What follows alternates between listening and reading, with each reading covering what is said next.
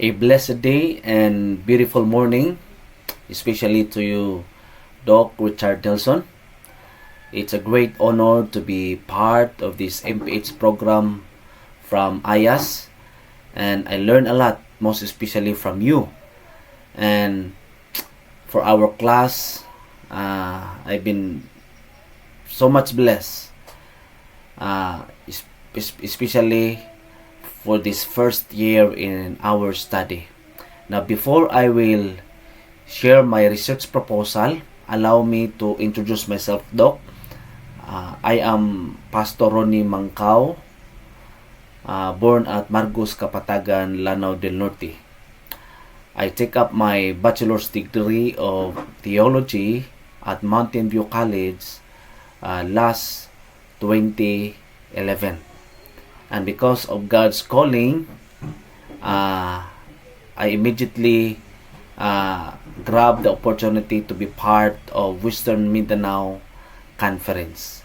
Since then, 2011, up to this moment, I've been part of this conference, and right now, I am a church pastor in one of the church here at Oroquita City, specifically in Oroquita Central Church.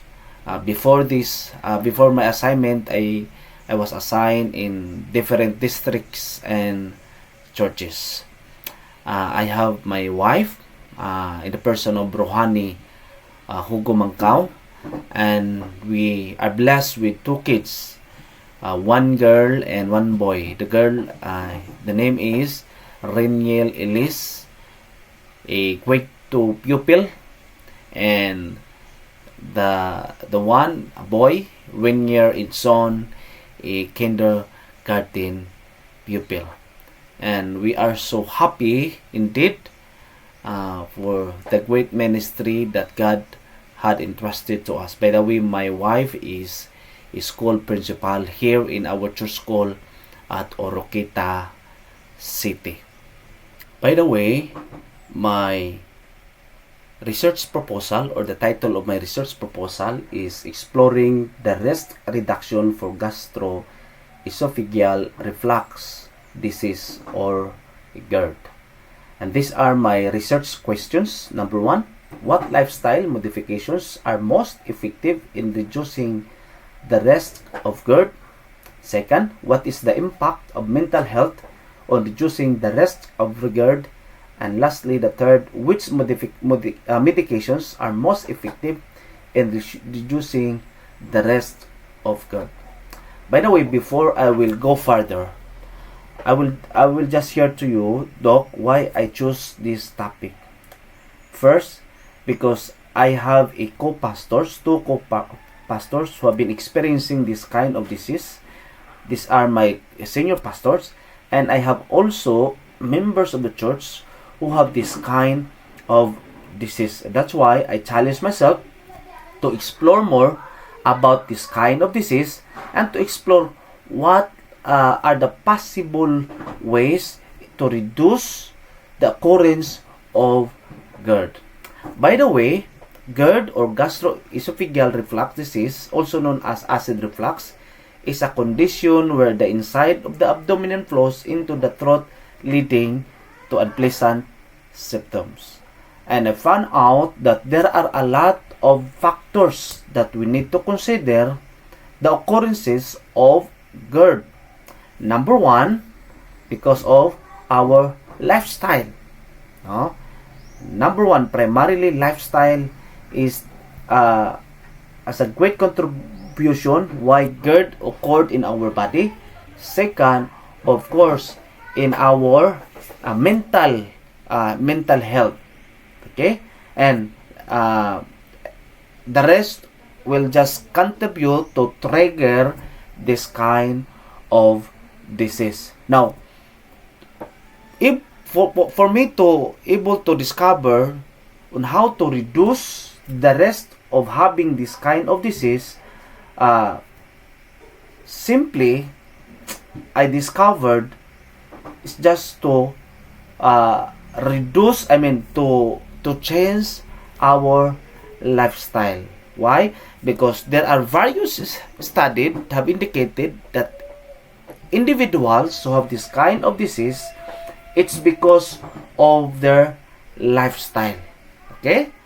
And it's because also of the levels of stress, anxiety, and depression that they face, and that's why they have this high risk of developing this kind of disease. But I'm happy because yes, it might that this kind of disease will occur in our body, but this is reversible. And I found out that it's not necessary that you will have to intake medicine, no, as much as possible, no, but by changing our lifestyle, by modifying our lifestyle, and of course by giving a chance to live a positive life, it will help us to lower our stress, and of course it has a great impact to reduce the risk of having GERD.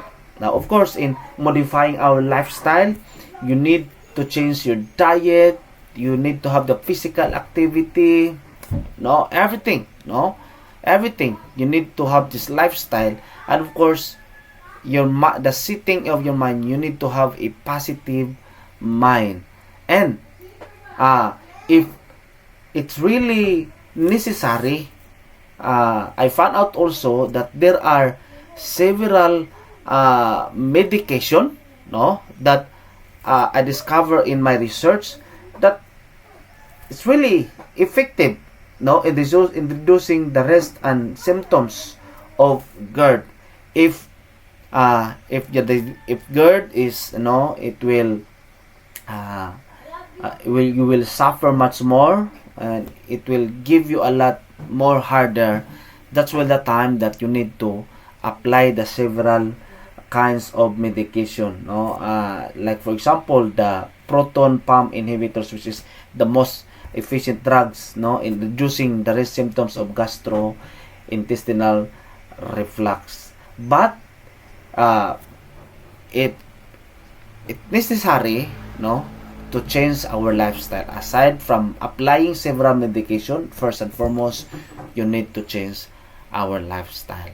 And I'm looking forward, Doc, no, through this research proposal, to dig deeper more, to study more, to widen my knowledge about GERD, and hopefully, not just only that I will be benefited, I can share it to my fellow pastors and with my church members. Again, thank you so much, Doc, for the learning. I hope that you're able to catch my research proposal, and God bless you more.